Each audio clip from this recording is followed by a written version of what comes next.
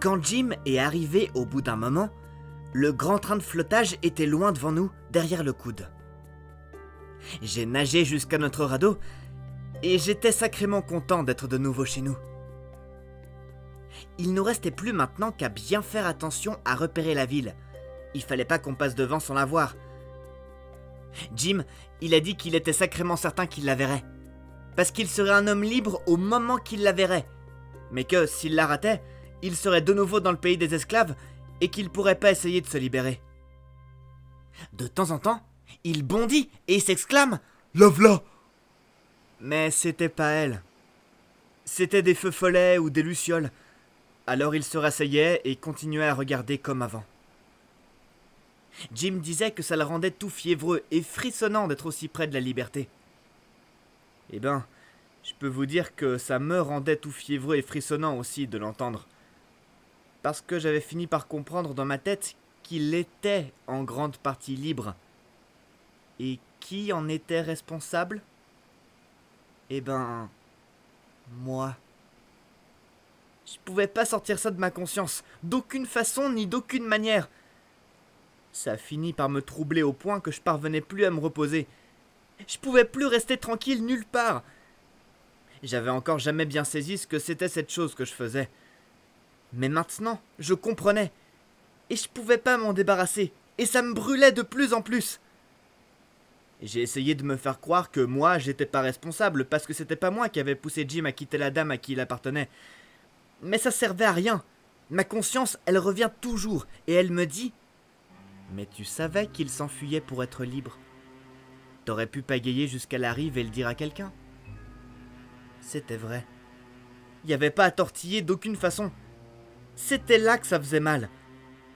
La conscience, elle me dit « Qu'est-ce qu'elle t'avait fait, la pauvre Miss Watson, pour que tu laisses filer un de ces nègres sous tes yeux sans dire quoi que ce soit ? Qu'est-ce qu'elle t'avait fait, la pauvre femme, pour que tu la traites aussi méchamment ? En plus, elle a essayé de t'apprendre ton livre, elle a essayé de t'apprendre quelques bonnes manières, elle a essayé d'être gentille avec toi de toutes les façons qu'elle connaissait. Voilà ce qu'elle a fait. J'ai fini par me sentir tellement méchant et tellement malheureux que j'ai presque souhaité être mort. Je suis allé d'un bout à l'autre du radeau en m'insultant moi-même, et Jim, il allait d'un bout à l'autre du radeau lui aussi. Ni l'un ni l'autre on pouvait tenir tranquille. Chaque fois qu'il sautait sur place et qu'il disait « Ça, c'est Kero !» ces mots me traversaient comme un coup de fusil. Et je me disais que si c'était vraiment Kero, je mourrais de désespération. Jim parlait tout le temps à voix haute pendant que je me parlais à moi-même. Il disait que la première chose qu'il ferait quand il serait dans un état libre, ce serait d'économiser de l'argent sans jamais dépenser un seul centime. Et que, quand il en aurait suffisamment, il rachèterait sa femme, qui était esclave dans une ferme proche de là où habitait Miss Watson. Et alors, ils travailleraient tous les deux pour acheter leurs 2 enfants, et si leur maître voulait pas les vendre, ils iraient trouver un abolitionniste qui irait les voler. D'entendre de telles paroles, ça m'a presque figé sur place. Il aurait jamais osé dire des choses pareilles dans sa vie d'avant. On voyait bien le changement que ça produisait en lui maintenant qu'il pensait qu'il était presque libre. C'était comme dit le vieux proverbe. À un nègre, tends-lui le doigt, il prendra toute la main. Et je me dis, voilà ce qui arrive quand on réfléchit pas.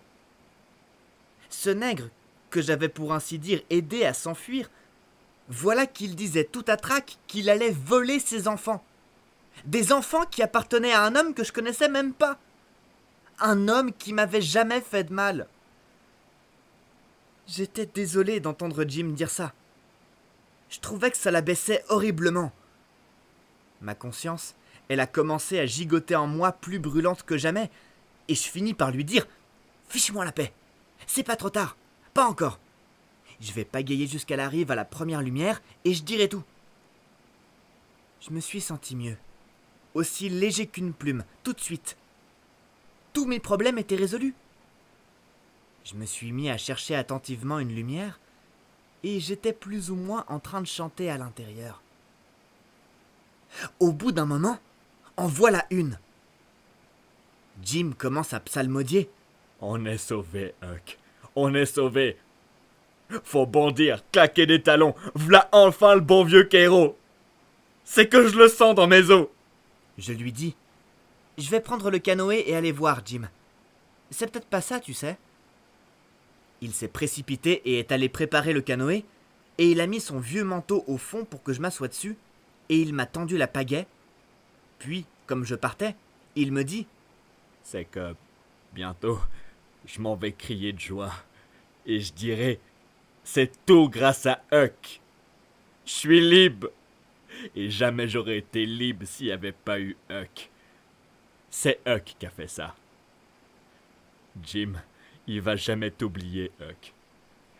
T'es le meilleur ami que Jim il a jamais eu.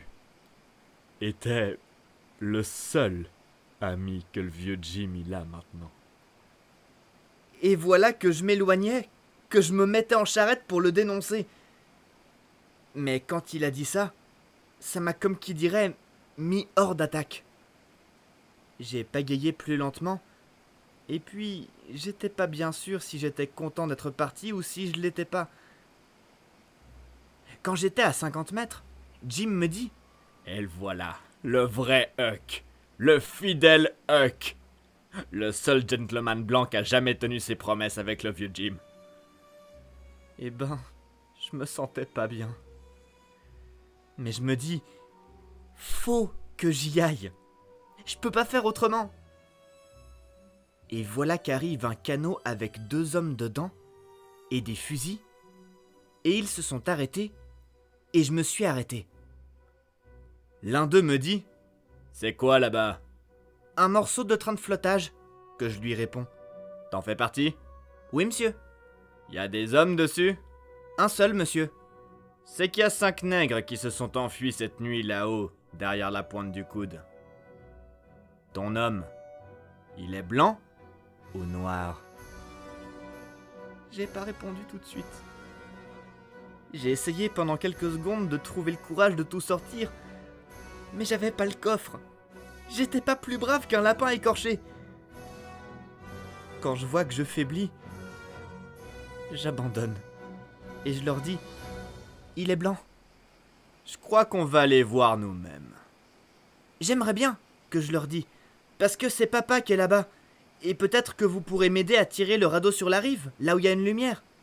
Il est malade. Et puis aussi maman et Marianne. Oh nom d'un tonnerre, c'est qu'on est pressé, gamin. Mais je crois bien qu'on n'a pas le choix. Allez, pousse sur ta pagaie et allons-y. J'ai poussé sur ma pagaie et ils ont activé leur rame. Quand on a poussé 2 ou 3 fois, je leur dis « Papa, il sera sacrément reconnaissant, je peux vous le dire. » Les gens, ils s'en vont quand je leur demande de m'aider à pousser le radeau vers la rive. Et je peux pas le faire tout seul. Eh ben, ce sont des cœurs de roche. Et c'est bizarre en plus. Dis donc, gamin, qu'est-ce qu'il a ton père? C'est là... là... C'est pas grand-chose en fait. Ils ont cessé de ramer. Il y avait plus très loin jusqu'au radeau maintenant. L'un d'eux, il dit... Gamin, pas d'embrouille. Qu'est-ce qu'il a vraiment, ton papa? Réponds sans mentir maintenant. Ça vaudra mieux pour toi. Je vais le faire, monsieur. Je vais le faire, sûr. Mais ne nous abandonnez pas, s'il vous plaît. C'est là... Là... Messieurs, si vous voulez bien avancer encore un peu, et je vous lancerai la Vous aurez pas besoin de vous approcher du radeau. Oh, je vous en prie. En arrière, John, en arrière, dit l'un d'eux. Ils ont ramé en arrière. Reste où t'es, gamin. Reste sous le vent. Oh, le diable nous emporte, je suis sûr que le vent l'a poussé vers nous. Ton pape, il a la variole et tu le sais très bien. Pourquoi tu nous l'as pas dit tout de suite?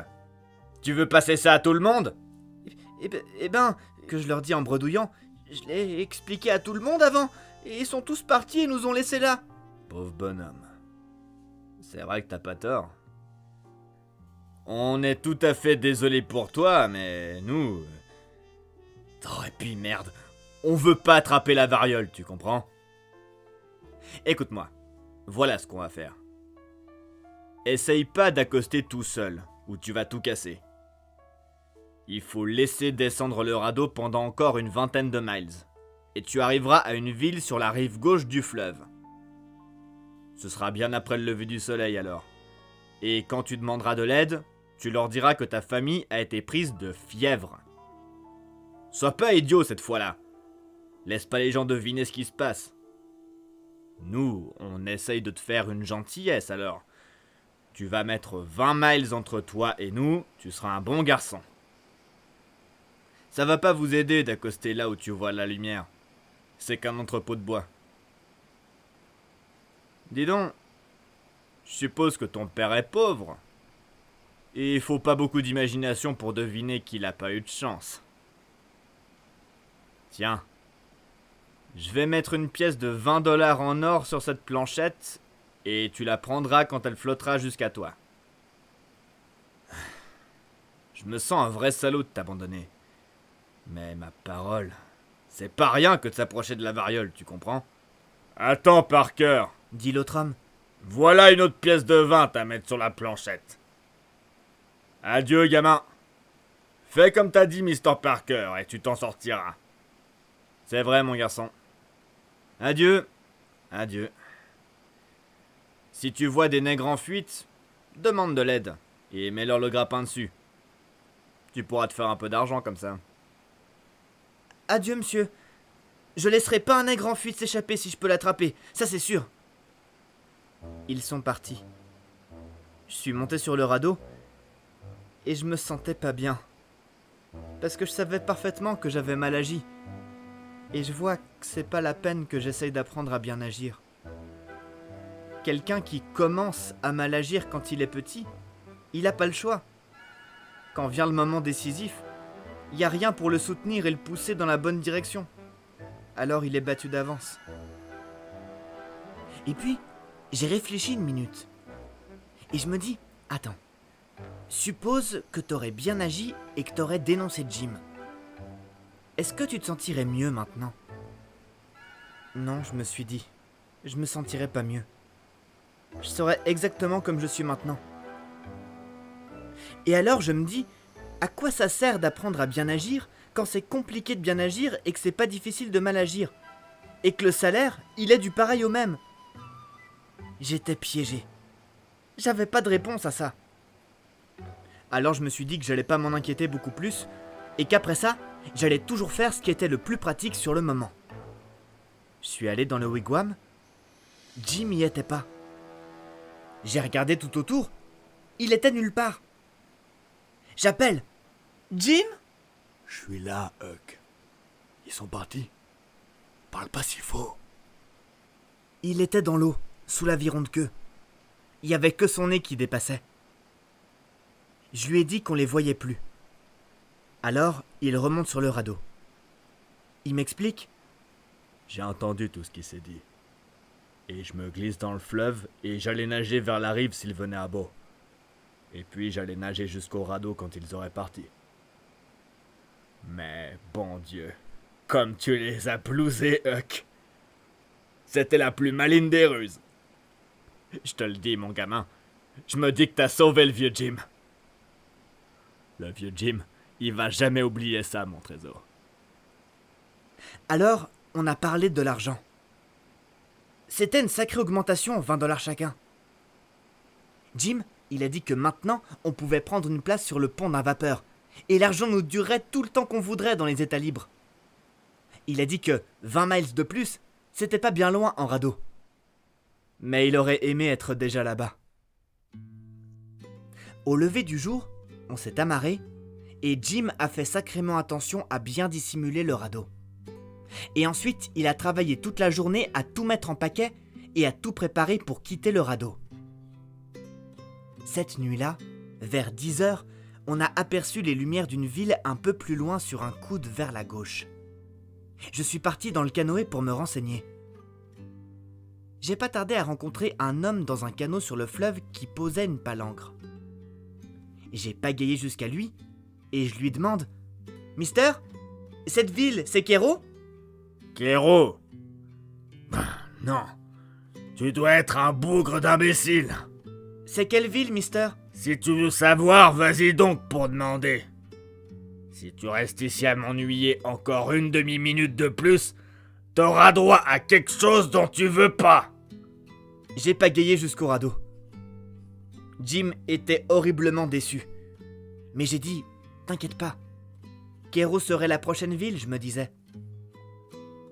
On est arrivé à la hauteur d'une autre ville avant le lever du soleil et j'allais repartir, mais la rive était haute. Alors je suis resté. Il n'y a pas de terre haute autour de Kéro, a dit Jim. J'avais oublié ça. On s'est arrêté pour la journée sur un javot pas très éloigné de la rive gauche. J'ai commencé à suspicionner quelque chose. Et Jim aussi. Je lui dis, peut-être qu'on a dépassé Kéro dans le brouillard cette nuit-là. Il me dit, mieux vaut pas en parler, Huck. Les pauvres nègres, ils ont jamais de chance. J'ai toujours pensé que cette peau de serpent à sonnette avait pas fini son travail. J'aimerais avoir jamais vu cette peau de serpent, Jim. J'aimerais tellement l'avoir jamais vue. C'est pas ta faute, Huck. Tu savais pas. Faut pas que tu te vilipendes. Quand il a fait jour, voilà qu'on voyait très bien l'eau de l'Ohio le long de la rive. Pas de doute. Et de l'autre côté se trouvait le bon vieux boueux. Kéro, c'était fichu. On en a discuté. Ça aurait servi à rien d'accoster. Nous ne pouvions pas remonter le courant avec le radeau, évidemment. Il restait plus qu'à attendre la nuit et remonter dans le canoë et tenter notre chance. Alors, on a dormi toute la journée dans le bosquet de peupliers de Virginie, pour être bien reposé pour le travail qui nous attendait, et, quand on est retourné au radeau à la tombée de la nuit, le canoë avait disparu. On n'a pas dit un mot pendant un bon moment. Il n'y avait rien à dire. On savait tous les deux très bien que c'était encore un tour de la peau de serpent à sonnette. Alors, à quoi bon en parler? On aurait seulement donné l'impression qu'on cherchait la faute. Et ça nous aurait tout simplement apporté encore plus de déveine. Et continuer à nous en apporter jusqu'à ce qu'on comprenne qu'il valait mieux se taire. Au bout d'un moment, on a parlé de ce qui nous restait à faire et on a compris qu'il n'y avait qu'une seule chose à faire. Continuer à descendre sur le radeau jusqu'à ce qu'on puisse acheter un canoë pour remonter. On n'allait pas en emprunter un quand il y avait personne, comme Pape l'aurait fait, car les gens pourraient nous rechercher. Alors on est reparti, une fois la nuit tombée, sur le radeau.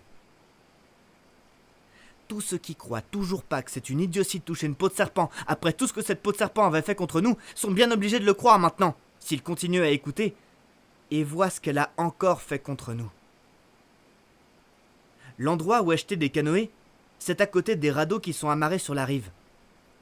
Mais on voyait pas de radeau amarré. Alors on a continué pendant plus de 3 heures. Eh ben, la nuit est devenue grise et plutôt épaisse, ce qu'il y a de pire après le brouillard.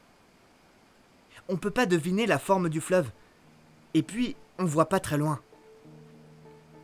Il était assez tard, tout était tranquille, et voilà qu'un vapeur remonte la rivière. On a allumé la lanterne, et on a pensé qu'il nous verrait. Les navires qui remontaient le fleuve ne passaient le plus souvent pas près de nous. Ils vont chercher les bancs de sable et une eau calme sous les récifs, mais les nuits comme celle-là, ils foncent droit dans le chenal contre toute la force du courant. On entendait le martèlement de ces machines, mais on ne l'a bien vu que quand il a été tout près. Il se dirigeait droit sur nous. Souvent ils font ça et tentent de s'approcher le plus possible sans toucher. Quelquefois, la roue mord un aviron, et alors le pilote sort la tête et rigole, et il se croit vraiment très malin. Eh ben, le voilà qui arrive. Et on a pensé qu'il allait essayer de nous frôler. Mais il n'avait pas l'air de vouloir changer de direction. C'était un gros vapeur. Et il arrivait à toute vitesse. Il ressemblait à un gros nuage avec des rangées de verre luisant tout autour. Mais tout à coup, il s'est enflé, énorme et effrayant, avec une longue rangée de portes de fourneaux ouverts très grands comme des dents chauffées au rouge, tandis que sa proue monstrueuse et sa rambarde étaient suspendues juste au-dessus de nous. On nous a hurlé quelque chose, et les cloches ont carillonné pour arrêter les machines, tout un brouhaha de jurons et de sifflements de vapeur, puis Tandis que Jim tombait dans l'eau d'un côté et moi de l'autre, il coupe le radeau en plein milieu. J'ai plongé. Et je cherchais même à toucher le fond en plus, car une roue de 10 mètres allait passer au-dessus de moi et j'aurais aimé qu'elle ait toute la place qu'elle voulait. J'avais toujours su rester 1 minute sous l'eau. Cette fois-là, je crois bien que je suis resté 1 minute et demie. Et puis j'ai remonté à la surface à toute vitesse, car j'allais exploser. Je suis sorti jusqu'aux aisselles et j'ai soufflé l'eau par mes narines et je haletais un peu.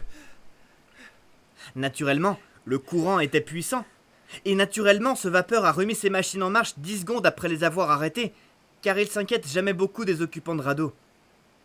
Et maintenant, il remontait en faisant bouillonner l'eau du fleuve, et on ne le voyait plus dans les ténèbres épaisses, malgré que je l'entendais encore. J'ai appelé Jim au moins 12 de fois, mais je n'ai eu aucune réponse. Alors je me suis agrippé à une planche qui m'avait touché pendant que je nageais sur place, et j'ai pris la direction de la rive en la poussant devant moi.